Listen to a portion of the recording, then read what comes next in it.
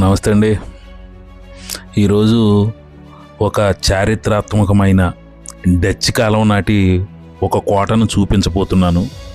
ఇది మచిలీపట్నం తీరంలో ఉంది. మచిలీపట్నం గురించి మీకు తెలుసు. ఒకప్పుడు ఇండియా, ఐరోపా దేశాల మధ్య వ్యాపార కేంద్రంగా ఉండేది. దీనికి చాలా పెద్ద చరిత్రే ఉందండి. దానిని ఇప్పుడు వివరిస్తాను. నా ఛానల్ చూస్తున్నారు, వేల మంది చూస్తున్నారు, కానీ సబ్స్క్రైబ్ చేయడం లేదు. దయచేసి సబ్స్క్రైబ్ చేస్తే ఇటువంటి ప్రకృతి చారిత్రక వీడియోలను రాబోయే రోజుల్లో చాలా చేయబోతున్నాను. దయచేసి సబ్స్క్రైబ్ చేయండి. ఇది బందర్ రైల్వే స్టేషన్ అండి. ఇక్కడ నుంచి ఫిషింగ్ హార్బర్ రోడ్లో మనం బయలుదేరితే బందర్ కోట ప్రాంతానికి చేరుకోవచ్చు. అక్కడ బందర్ కోట, అలాగే అంతకుముందు నిర్మించిన జైలు కూడా కనిపిస్తుంది. ముందు బందర్ కోటను మనం ఇప్పుడు చూద్దాం. ఇది రైల్వే గేట్ దాటి తరువాత నేరుగా ఈ రహదారి బందర్ కోట గ్రామానికి చేరుతుంది. చూడండి, మచిలీపట్నం గ్రామం బంగాళాఖాతం తీరంలో ఉందండి.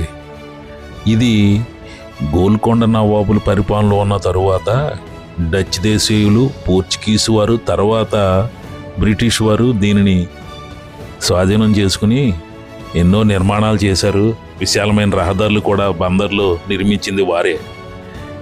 మచిలీపట్నం ఓడరేవు ద్వారా వాళ్ళ వ్యాపారాన్ని నిర్వహించారు. అప్పట్లో ఇండియా, ఐరోపా దేశాల వాణిజ్య కేంద్రంగా ఈ ప్రాంతం ఉండేది. తొలుత బందరును డచ్ దేశీయులే ఆక్రమించుకున్నారు. విశేషం ఏంటంటే 1605లోనే డచ్ వారు వారి ఇండియాలో తొలి వ్యాపారాన్ని ఇక్కడే ప్రారంభించారు. వారు ఒక ఫ్యాక్టరీని స్థాపించారు. అప్పట్లో చరిత్రలో చూస్తే మన దేశంలో డచ్ ఈస్ట్ ఇండియా కంపెనీ 1662లో ప్రపంచంలోనే మొట్టమొదటిసారిగా నమోదు చేయబడిన పబ్లిక్ ఆఫర్ను ఒక మొట్టమొదటి స్టాక్ ఎక్స్చేంజ్గా స్థాపించినట్లయింది. ఇలా మన దేశంలో డచ్ వలసవాద చరిత్ర డచ్ ఈస్ట్ ఇండియా కంపెనీ వ్యాపారులు ప్రారంభించారు. తర్వాత ఇదే కంపెనీ కోరమండల్ తీరాన్ని, తర్వాత ఒరిస్సాలోని పులికాట్ ట్రేడింగ్ పోస్ట్ను స్థాపించడం ద్వారా తమ ఉనికిని చాటారు. ప్రధానంగా భారత ఉపఖండంలో వారు వస్త్రాలను, ఇతర వ్యాపారాలను చేసేవారు.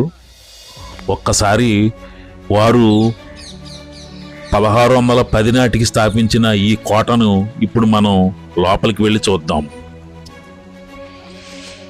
ఇలా వారు తమ కార్యకలాపాల కోసం ఈ పోర్టును సముద్ర తీరానికి దగ్గరలోనే నిర్మించారు.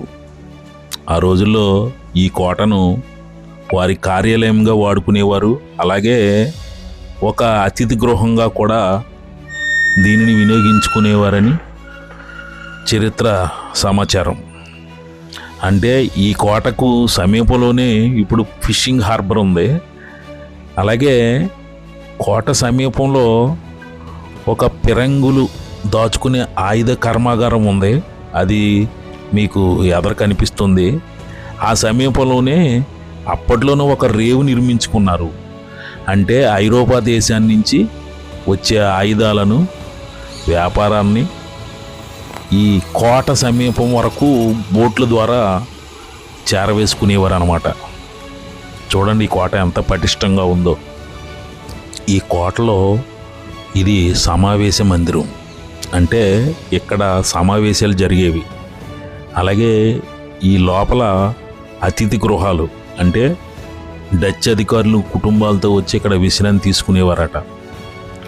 అందుకే అప్పట్లో ఈ భవనాన్ని చాలా పటిష్టంగా నిర్మించారు. అలాగే ఇది 2 విభాగాల్లో ఉంటుంది. ఒక విభాగంలోనేమో అధికారులు కార్యకలాపాలకు చేసుకోవడానికి, సిబ్బంది, సైన్యంతో మాట్లాడటానికి ఒక విశాలమైన ప్రాంతం ఉంది. రెండో పార్ట్లో సమావేశాలు జరిగేవి. ఇంకా మిగిలినవన్నీ గదులు. చూడండి, 400 ఏళ్ల క్రితం టేకుతో ఎంత పటిష్టంగా నిర్మించారో మీకు చూస్తే కనిపిస్తుంది. దీనిలో చాలా వరకు అక్కడక్కడ కొన్ని ప్రాంతాలు కూలిపోయాయి. దీన్ని పురావస్తు శాఖ స్వాధీనం చేసుకుంది, కొంతవరకు పాడవకుండా కాపాడుతుంది.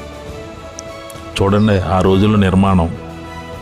ఇందాక మీరు చూసినప్పుడు గేటు దగ్గర 1 గంట కూడా పూర్వం రోజుల్లో ఉండేదంట. అంటే ఎవరన్నా కోట సమీపానికి వస్తే అక్కడ కాపలాదారులు గంట మోయించేవారు. తర్వాత గంట దెబ్బతిన్నట్టుంది. ఇవన్నీ చూసారా, విశాలమైన గదులు. ఒక్కసారి మొదటి అంతస్తుకు వెళదాం. అక్కడి నుంచి చూస్తే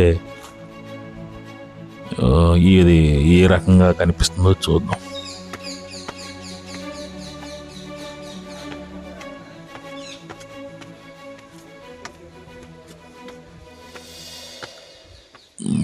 ఫ్లోర్ గతంలో ఫస్ట్ ఫ్లోర్ ఉండేదంట. శిథిలమైన తర్వాత పైకి ఎవరు వెళ్ళటం లేదు. పైనుంచి ఈ డచ్ వారి కోట అలా ఉందండి. ఈ డచ్ వారి నుంచి బ్రిటిష్ వారు 18వ శతాబ్దంలో దీన్ని స్వాధీనం చేసుకున్నారు. బ్రిటిష్ వారి స్వాధీనం తర్వాత కూడా ఇలాగా బందరు రేవు నుంచి వ్యాపారం సాగించారు. అది వేరే చరిత్ర. ఇదిగా దూరంగా కనిపించేది కూడా అది గస్తీ కాసే స్తంభంగా చెప్తారు.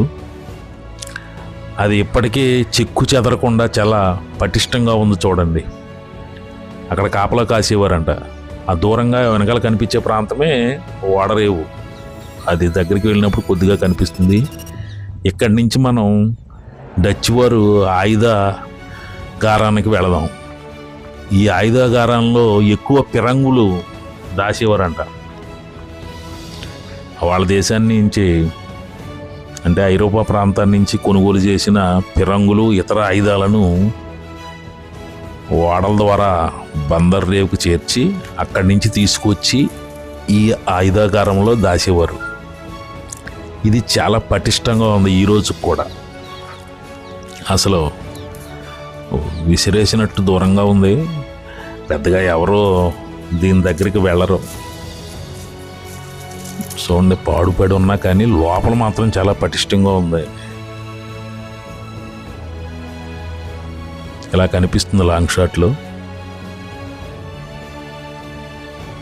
ఆ రోజుల్లో దీని నిండా ఆయుధాలు ఉండేవి. ఇవన్నీ భారతీయుల మీద ప్రయోగించేవారు. వాళ్ళ ఆధిపత్యాన్ని ఎదిరిస్తే వీరు తీసుకువచ్చిన ఆయుధాలతో వాళ్ళని బెదిరించటం, వీలైతే కాల్చి చంపిన సంఘటనలు కూడా ఉంటాయి. ఇది ఆయుధాగారానికి ప్రధాన ద్వారం. ఈ ద్వారం ఎదురుగానే చిన్న రేవు ఉంటుంది. అక్కడ వరకు బోట్లు వచ్చేవి.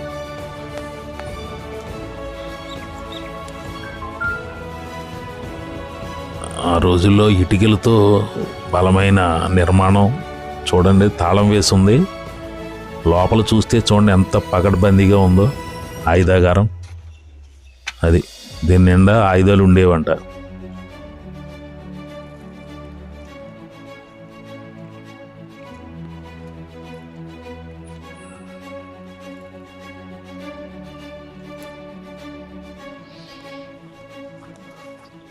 ఈ ఆయుధాగారం ప్రస్తుతానికి ఈ పురావస్తు శాఖ వారి ఆధీనంలోనే ఉంది.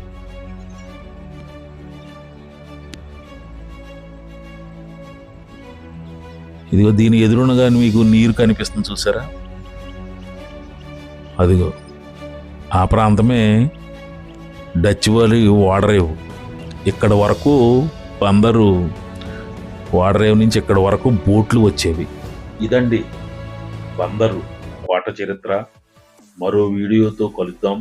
తప్పకుండా సబ్స్క్రైబ్ చేసి షేర్ చేస్తారని కోరుతున్నాను.